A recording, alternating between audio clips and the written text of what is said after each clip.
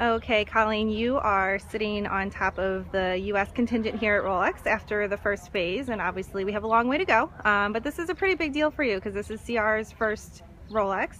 He's a horse that you bred yourself. So how does that feel today for you? It felt fabulous. I was so excited when we came out of the ring and he had given me pretty much everything that he had had today. The atmosphere in that ring can very easily go the other way, and he took every bit of it and gave me what he had. And that, I'm just so excited because he was so incredibly good about stuff and he stayed so focused on me. And I'm actually really happy because I can name about 10 places in the test that, I left points on the table. And to give that kind of performance and know that there's still room for improvement is just unbelievably exciting. Absolutely. And is this how is he normally in the dressage? Is this obviously more atmosphere than he's probably seen before? What were you expecting? He's been at Fair Hill before, Okay. and Fair Hill kind of knocked him for a loop last fall. So we've been working really hard to lay down the groundwork to have, some better moments. And in fact, at Carolina, when he went to drop behind my leg, I pushed him much faster forward than I should have, essentially laying the groundwork for a response like this. But he was, he's normally just such a pleasure to ride anyways, and even when he is a little bit mischievous, he's just so talented about stuff that, he's still adorable. And being one that you bred yourself out of your, if I believe correctly, your first advanced horse, what kind of sentiment is that for you? I mean, is this what your goal was when you bred him? Yes, I mean, he is the horse that I wanted when I bred my mare. He is, he's pretty much everything I could have asked for. He's a great mover. He's, a bold jumper, and he loves his job. And his mother, we joke about his mother showing up every so often, especially when he squeals and takes off bucking, because she is your typical thoroughbred chestnut mare. And every so often he channels his mom. But he is exactly what I wanted when I bred her. And when did Rolex become kind of a formidable goal for you guys? When were you like, okay, this is probably the next logical step?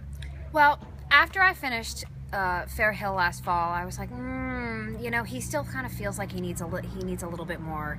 He needs to learn a little bit more. Well, you know what? Let's see how the spring goes, because the way that the competition schedule lines up, you can come to Rolex, and if there's issues, you can go to Jersey. So, I essentially said, if he comes out in the spring like someone shot him in the butt, let's go to Rolex. And he came out this spring, and the maturity level has been night and day. The stupid stop we had at the fork was me trying to be a little too quick, and I didn't set him up well enough, and that was me trying to be greedy. And hopefully that was an excellent kick in the butt to get us to here. So, he's showing me that hopefully he's got the maturity for this now. Sure. And how do you feel? Obviously the buzz is that the weather's not going to be great, and they're, adjusting the schedule accordingly to hopefully help a little bit. But how are you feeling for tomorrow?